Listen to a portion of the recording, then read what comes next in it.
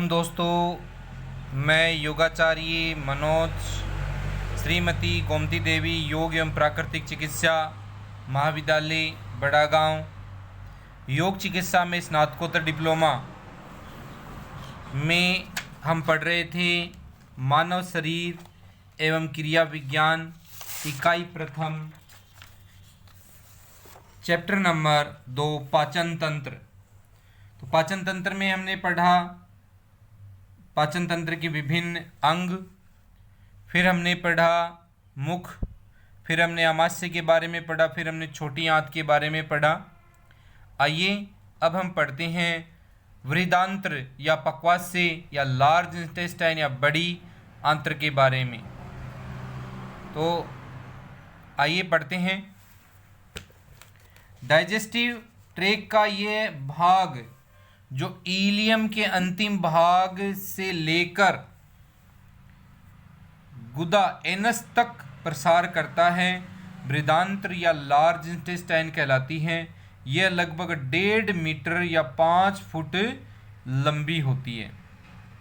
तो इसकी स्थिति कहाँ से कहाँ बताई? जहाँ से छोटी आंत का इलियम का जो पार्ट है का अंतिम भाग जहाँ खत्म होता है वहाँ से शुरू होकर गुदा पर्यंत तक, गुदा तक प्रसार करती हैं। इसे लार्ज इंटेस्टाइन कहते हैं। यह लगभग 1.5 मीटर या 5 फुट लंबी होती है। यह स्मॉल इंटेस्टाइन की अपेक्षा अधिक चौड़ी होती है। स्मॉल इंटेस्टाइन की अपेक्षा अधिक चौड़ी होती है और इसका जो व्यास है लगभग 6.3 सेंटीमीटर होता है। बड़ी आंत शुरू के भाग से अधिक चौड़ाई होती है, फिर धीरे धीरे स्ने स्ने मलाशय तक पहुँचते पहुँचते कम हो जाती है, परंतु मलाशय का अंतिम भाग जो गुदनाल एनल कैनाल के ऊपर है अधिक विस्फारित हो जाता है, अधिक चौड़ा हो जाता है, डायलेट हो जाता है। लार्ज इंटेस्टाइन स्मॉल इंटेस्टाइन के चारों ओर शीशे की फ्रेम की तरह चलती है, फ्रेम की तरह चलती है। यहाँ से शुरू होकर ऐसे इस प्रकार से फिर ये गुदानाल, जैसे कि आपने, आइए इसके आगे चित्र के बारे में भी जानेंगे कि क्या है इसका चित्र। फिर लार्ज इंटेस्टाइन को 4 भागों में बांट सकते हैं। 4 कौन कौन से भाग हैं? पहला उंडुक, इसे फिर स्थूलांत्र, फिर मलाशय और फिर गुद नलिका। उंडुक, स्थूलांत्र, मलाशय और गुद नलिका, इस प्रकार से इसको 4 भागों में बांट सकते हैं। आप देख पा रहे हैं बड़ी आंत का चित्र, वृहदांत्र या पक्वास्य या लार्ज इंटेस्टाइन का आप चित्र देख पा रहे हैं। आइए इसके अलग अलग पार्ट्स को हम जानते हैं कि कौन कौन सा पार्ट है। जैसे पहला पार्ट हमने चर्चा की थी उंडुक, तो ये यहाँ पे नीचे की पार्ट का जो हिस्सा है ये इलियम, जहाँ पे छोटी आंत यहाँ पे खुलती है और ये छोटी आंत यहाँ पे खुलती है और ये नीचे का जो पार्ट है इस पार्ट को हम कहते हैं उंडुक, कैल्सिकम। और इसके नीचे एक आंत्रपुच्छ होती है या अपेंडिक्स इसे कहते हैं। कभी इसमें कोई इन्फेक्शन होता है तो इसे ऑपरेशन करने के बाद में इसको काट भी दिया जाता है। आइए फिर अगला जो हमने जो पार्ट देखा वह था स्थूलांत्र। स्थूलांत्र के 3 पार्ट हैं। पहले आरोही स्थूलांत्र, फिर अनुप्रस्थ स्थूलांत्र, फिर अवरोही स्थूलांत्र, फिर ये लास्ट में श्रोणी मध्य स्थूलांत्र, ये स्थूलांत्र के पार्ट हुए। फिर रेक्टस और फिर एनल कैनाल और ये एनस।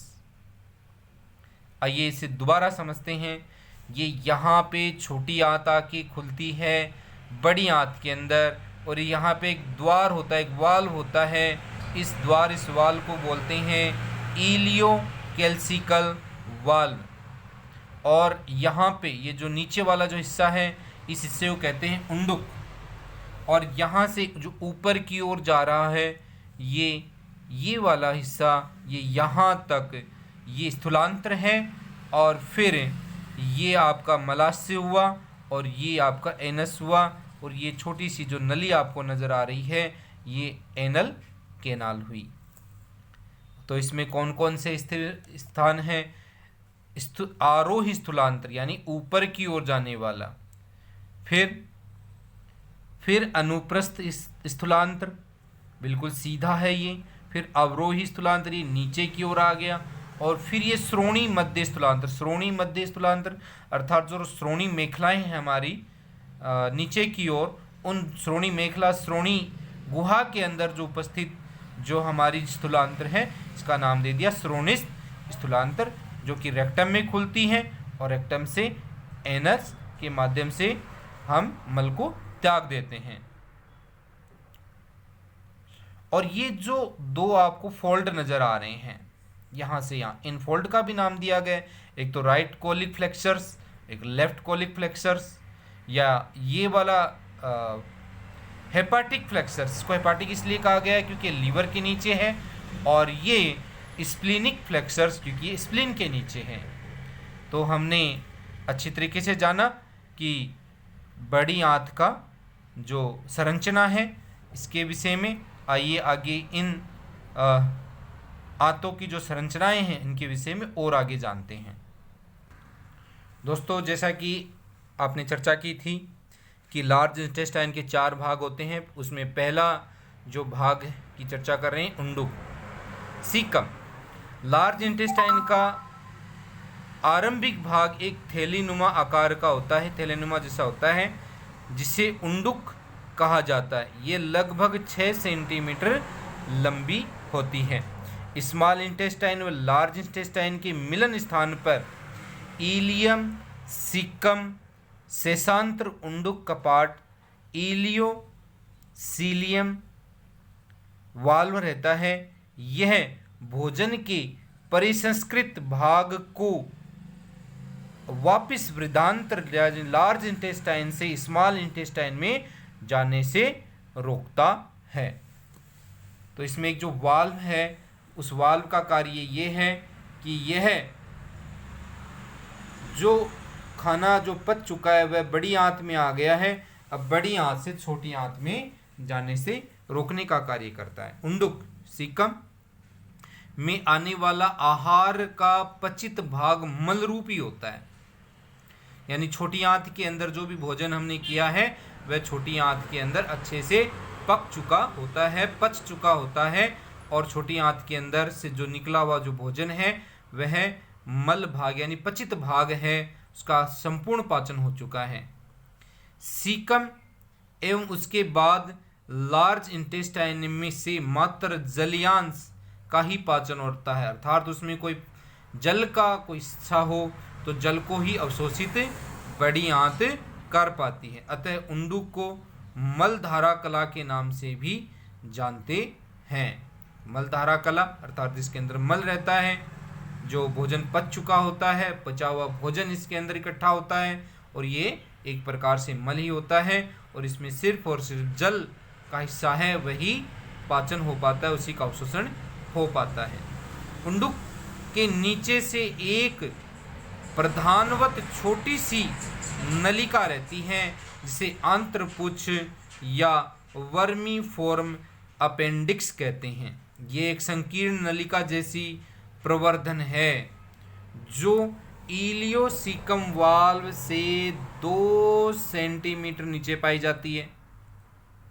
यह लगभग 7.5 सेंटीमीटर होती है। कभी कभी इसमें संक्रमण इन्फेक्शन हो जाने से आंत्रपुच्छ शोथ नामक रोग हो जाता है, जिसे इसका उपाय है ऑपरेशन, अर्थात इस ऑपरेशन करके इस आंत्रपुच्छ को काटकर फेंक दिया जाता है। आइए अब जानते हैं छोटी बड़ी आंत का आगे का हिस्सा, उंडुक के आगे का हिस्सा जिसे हम स्थूलांत्र कहते हैं। स्थूलांत्र को कोलन को पुनः 4 भागों में बांटा गया है। तो 4 भाग कौन कौन से हैं? आरोही स्थूलांत्र अर्थात जो ऊपर की ओर चढ़ेगा, अनुप्रस्थ स्थूलांत्र जो अनुप्रस्थ रहता है, सीधा पड़ा रहता है, आरोही स्थूलांत्र जो नीचे की ओर आता है, श्रोणित स्थूलांत्र जो कि श्रोणी मेखला में होता है। आरोही स्थूलांत्र असेंडिंग कोलन, यह उंडुक से प्रारंभ होता है और यकृत स्थल दक्षिण स्थूलांत्र वंक अर्थात राइट कोलोनिक फ्लेक्सर्स और हेपेटिक फ्लेक्सर तक लंबी रहती है। यह लगभग 15 सेंटीमीटर लंबी होती है। फिर आगे होता है अनुप्रस्थ स्थूलांत्र। अनुप्रस्थ स्थूलांत्र यह दक्षिण स्थूलांत्र वंक यानी राइट कोलोनिक फ्लेक्सर से वाम स्थूलांत्र वंक यानी लेफ्ट कोलोनिक फ्लेक्सर्स या स्प्लीनिक फ्लेक्सर्स तक रहती है। इसकी लंबाई लगभग 20 सेंटीमीटर होती है। फिर आगे का जो पार्ट होता है वो अवरोही स्थूलांत्र अर्थात नीचे की ओर डिसेंडिंग कॉलन। यह वाम स्थूलांत्र वंक यानी लेफ्ट कोलोनिक फ्लेक्सर या स्प्लीनिक फ्लेक्सर से शुरू होकर श्रोणिस्थ स्थूलांत्र पेल्विक कॉलन में के प्रारंभ तक रहती है। इसकी लंबाई लगभग 25 सेंटीमीटर होती है। ये थोड़ी लंबी होती है। फिर श्रोणिस्थ स्थूलांत्र, इससे आप सिग्मोइड और पेल्विक कॉलन भी कह सकते हैं। यह डिसेंडिंग कॉलन यानी अवरोही स्थूलांत्र के अंत से लेकर मलासी रेक्टम तक रहती है। यह अंग्रेजी के अक्षर एस की रचना जैसा होता है, इसलिए इसे सिग्मोइड कॉलन भी कहते हैं। पेल्विक कॉलन लगभग 40 सेंटीमीटर लंबी होती है। ये सबसे लंबी होती है। पेल्विक कॉलन सबसे लंबी होती है, 40 सेंटीमीटर लंबी होती है।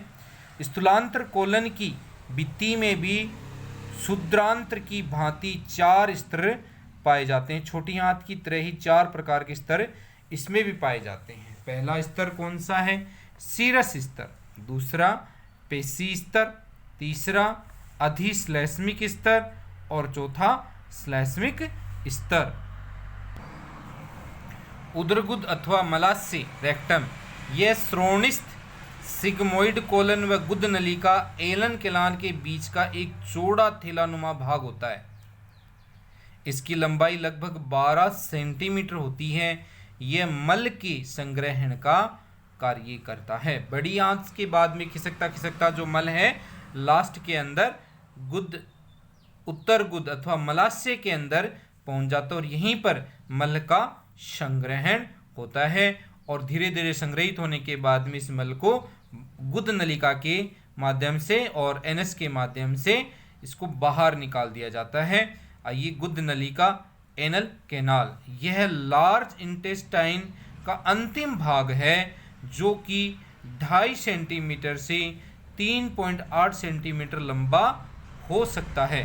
यह मलाशय को गुद द्वार से जोड़ता है।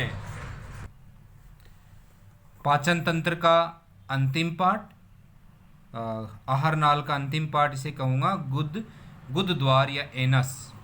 गुद नलिका एनल कैनाल के बाहर की ओर खुलने वाले मुख को गुद या गुदा द्वार एनस कहते हैं। गुद द्वार में 2 गुदलावलियाँ होती हैं, अंतः गुदावली और बाह्य गुदवली। इस प्रकार गुद द्वार के अंदर व बाहर की ओर एक एक कुल 2 वलियाँ होती हैं जो कि हमारे गुद द्वार को खोलने व बंद करने का कार्य करती हैं।